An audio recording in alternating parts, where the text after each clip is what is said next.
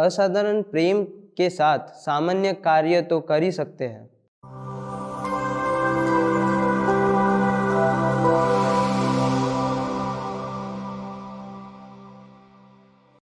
मेरे प्यारे भाइयों और बहनों, आज के सुसमाचार में हमें 2 महान आज्ञाओं के बारे में बताया गया है, जो है परमेश्वर से प्रेम करना और अपने पड़ोसियों को अपने समान प्यार करना।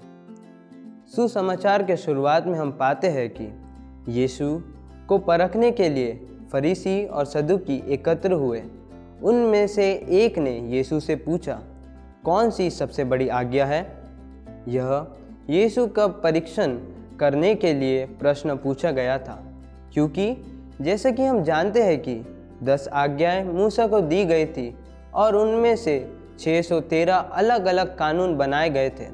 लेकिन यीशु इन सभी कानूनों के सख्त पालन पर ध्यान केंद्रित करने के बजाय प्यार के पहलू पर अपना ध्यान केंद्रित करते हैं। यीशु सबसे पहले कहते हैं, आप अपने संपूर्ण मन, संपूर्ण आत्मा और संपूर्ण बुद्धि से अपने प्रभु परमेश्वर से प्रेम करना चाहिए। कई बार हमारे साथ ऐसा होता है कि हम अपनी ज़िंदगी, अपनी दौलत, अपनी सामाजिक स्थिति, अपनी अभिलाषा को पहला दर्जा देते हैं, और जब हम इन चीज़ों पर अधिक ध्यान देते हैं तो हम धीरे धीरे भगवान से दूर चले जाते हैं। दूसरी ओर जब हम ईश्वर को पहला दर्जा देते हैं तो हम ईश्वर को न्यायाधीश या स्वामी के रूप में सोचने लगते हैं।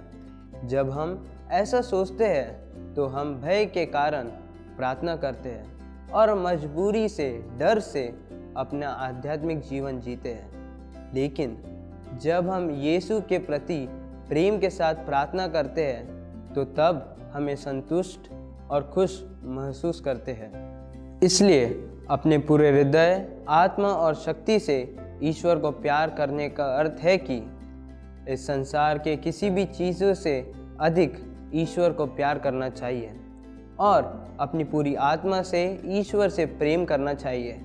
अपने मन को यीशु मसीह पर केंद्रित करना है और अपने विश्वास में दृढ़ रहना है और अपने पूरी शक्ति से ईश्वर से प्रेम करना है।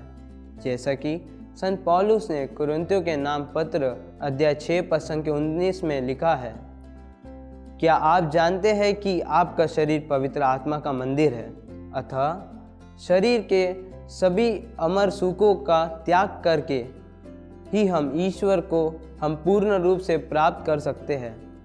फिर यीशु कहते हैं, आप अपने पड़ोसी से अपने समान प्यार करो।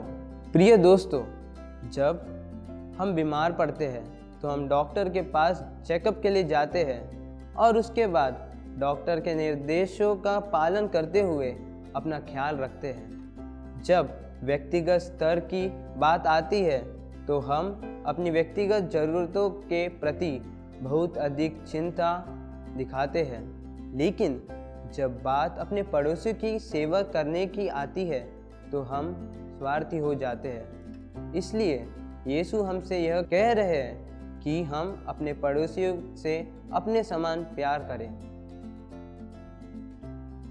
संत मत्ती के सुसमाचार अध्याय 25 पद संख्या 35 और 36 में हम पढ़ते हैं, जब मैं भूखा था तो तुमने मुझे खाने को दिया, जब मैं प्यासा था तो तुमने मुझे पानी दिया, मैं परदेसी था तुमने मेरा स्वागत किया, मैं नंगा था तुमने मुझे कपड़े पहनाए, मैं बीमार था तुमने मुझसे मुलाकात की, मैं जेल में था तुम मेरे पास आए।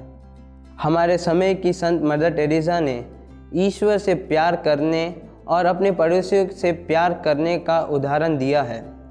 हर सुबह वह पवित्र संस्कार के सामने 1 घंटा बिताती थी और भगवान के साथ फलदायक समय बिताने के बाद वह गरीबों और ज़रूरतमंदों की तलाश में कोलकाता के सड़कों पर निकल जाती थी।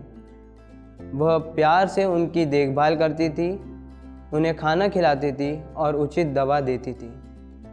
आज यीशु हमें आमंत्रित करते हैं कि हम ईश्वर को प्यार करें और अपने पड़ोसियों को अपने समान प्यार करें। हम मदर टेरेसा जैसे महान कार्य तो नहीं कर सकते हैं, लेकिन हम असाधारण प्रेम के साथ सामान्य कार्य तो कर ही सकते हैं,